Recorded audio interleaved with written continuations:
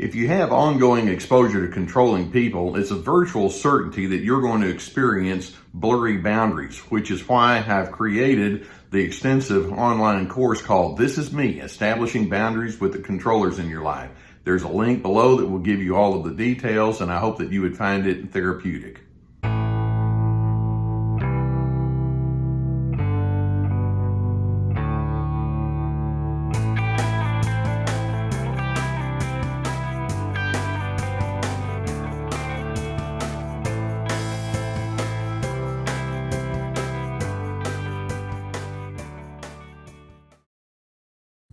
Let's start with the basic question today, and that is, when a narcissist interacts with you, what energizes them psychologically the most? And it's so telling when we come up with the answer to that question. Narcissists are energized when you give them affirmation and admiration. They're energized when you give deference to them and you conform to who they are. They're also energized when you're intimidated by them and you continually run or filter your decisions through them. And in saying all of this, we can say that narcissists are very ego-driven in the way that they engage with you. And to say that they're ego-driven, that's a gross understatement. They operate on the notion that says, I'm substantial, you're not. And one of the easiest ways to determine the extent of their egotism is to watch how critical they are toward you. Narcissists are experts at giving point-blank complaints. I roll my eyes because it's like, well, we ought to be good at something, and they're good at that. They are chronic fault finders, and all you have to do is show up, and you'll eventually find out what you did wrong. They can give you advice that you didn't ask for. Actually, in my psychological math, I have this formula that says unsolicited advice equals criticism. They scold you easily. They're chronically irritable. And when you engage with them, it's like this ego that they have just won't let up. Now, I want you to notice when this is the pattern that they establish, how you tend to respond to that. And many times there are some unhealthy ways that you can engage in reverse. For example, how many times do you feel like you have to justify who you are and why it's okay for you to be you? How often do you rationalize your decisions or your opinions or your priorities? Many times you protest. How easily do you protest? Why do you have to keep doing this to me?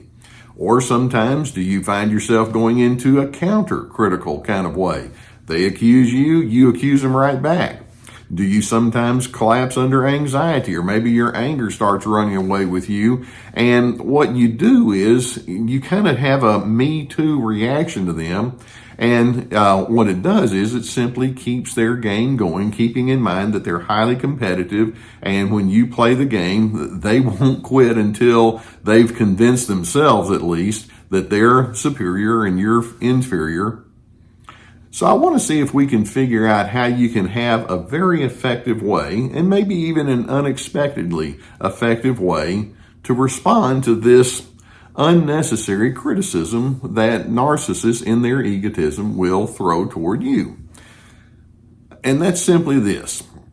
As they come at you with criticism, drop your ego. Okay? Now when I say drop your ego, let go of your ego, what I'm basically saying is the egotism that narcissists have, and you can mirror, is founded in an unjustified attitude of self-importance. And instead of you saying, well, I'm going to play that game, it's like, no, I don't need to do that. And in its place, you're going to anchor down in a healthy sense of self-esteem, which is a strong contrast to their unhealthy egotism. They think that they esteem themselves, but they don't. Narcissists are very needy people, so when they come at you with all their conceit and their arrogance, they're just more or less implying, I've got to have you to tell me that I'm okay. And narcissists certainly have no appreciation at all for humility. So when we say that we're going to drop your egotism and we're going to go into a different path, what we're going to say is, I don't have that same neediness, and actually I'm okay responding with humility. And it's so important for us to understand that your humility becomes a bedrock ingredient in your own self-confidence, and it's something that narcissists don't understand whatsoever. Let's keep in mind, to a narcissist, you are just simply a nuisance. You're a tool to be used. You're a prop. You're a means to an end. And what they do is they see you as someone to compare against so that they can build themselves up. And so in humility and in self-esteem, you can say, if that's where you want to come at me, what you want to come at me with, it's where you are. It's not where I am. So as you drop your ego, there are multiple adjustments that can be made, okay? And first, we're going to say that as a person who is not going to be driven by hard egotism, I'm not blown away because you, the narcissist, feel the need to prop yourself up at my expense. That just doesn't threaten me. I have enough of my own internal sense of calmness and self-respect that I know that the world doesn't really have to accommodate me. I'm adequate on the inside out. My estimation of myself, my self-esteem, doesn't rise or fall at the behest of you, the narcissist. Unlike the narcissist, I give myself permission to be human. That means I know sometimes I, in fact, am fallible. When they criticize, they just jump all over your infallibility. It's like, yeah, sure enough, I am. In fact, it's inevitable. You hang around me long enough, you're going to find out that I have my pluses, my minuses, and it doesn't catch me off guard when I err in their criticism toward you. They're trying their best to kind of put this attack on you.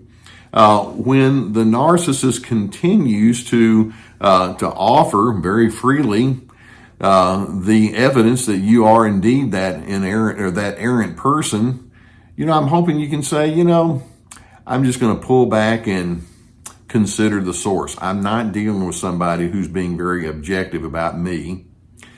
Fact is, I have good intentions. And if the narcissist is not able to see that, maybe it's just not meant to be. I see it. My ethics, my morality, my way of doing life are well considered. And so when I fall short to the narcissist and they keep coming with their criticism, the fact is I know myself well enough to know that what I carry on the inside is reasonable. And when I do find things about myself that are less than perfect, not only am I willing to adjust, I like adjusting. I like being in a growth mode. And so, Mr. or Mrs. Narcissist, if you want to catch me in my need for growth, okay, catch me. I'm still not your inferior. I don't have a need to be superior. But if you need to play that game, go right ahead. I'm not playing it with you. When the narcissist goes off the rails with all of their criticism, I'm going to remind myself that I'm dealing with a troubled soul, and it truly is pitiable what I'm witnessing right here in front of me. I dislike their criticisms. I dislike all of the disdain that goes with it, but you see, I'm going to manage nonetheless. The narcissist's confidence, such as it is, in fact, is nothing more than disdainful pretense. But my confidence comes from a fundamental sense of self-respect. I understand what dignity is, starting with myself, and I'm very willing to pass it on to other individuals. And if the narcissist just can't do that, I'm going to go ahead and hold firmly with who I am. I have a term that I love to use. You've probably heard me use it before. It's called calm confidence. When we say drop your ego in your response to the narcissist's criticism, what we are saying is move instead into the space of calm confidence. So I'm hoping that as you're able to let go of that unjustified self-importance that the narcissist lives with, it's like, nope, I'm not entering into that space. I'm hoping you can think within yourself, You know what, Mr. or Mrs. Narcissist? As you continue to criticize, incessantly I might add, I'm on to you. I see what's going on, and I understand the difference between false egotism and healthy self-esteem. That's what I'm committed to. I'd love for you to join me, but if you can't, I'm quite comfortable being me. That's the unexpected, effective way to respond to the narcissist. Calm confidence, calm self-regard is a tool that they don't have in their shed, but it's one that I hope that you can go back and pick up on many, many times over. And when the narcissist doesn't know what to do with that, it's like, I realize that. You're basically operating from a very different playbook from them, justifiably so. I hope that videos such as this can give you some good food for thought and good self-awareness and awareness of who that narcissist is. If you've not already done so, I would encourage you to hit the subscribe button so we can keep more coming in your direction. Gus, he's laid down his ego a long time ago. We need to be more zen like Gus, don't we?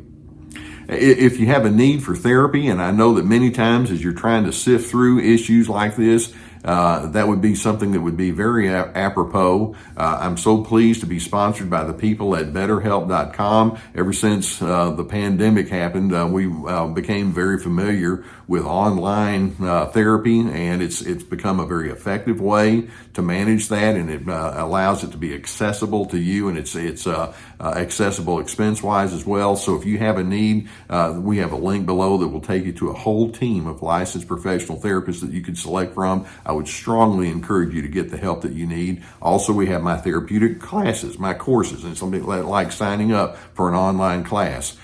We have multiple, each class has multiple videos with written documents and guided questions. We have Ready, Set, Connect about making healthy connection skills. This is me about establishing those boundaries with that narcissist, free to be, finding yourself despite the controllers in your life.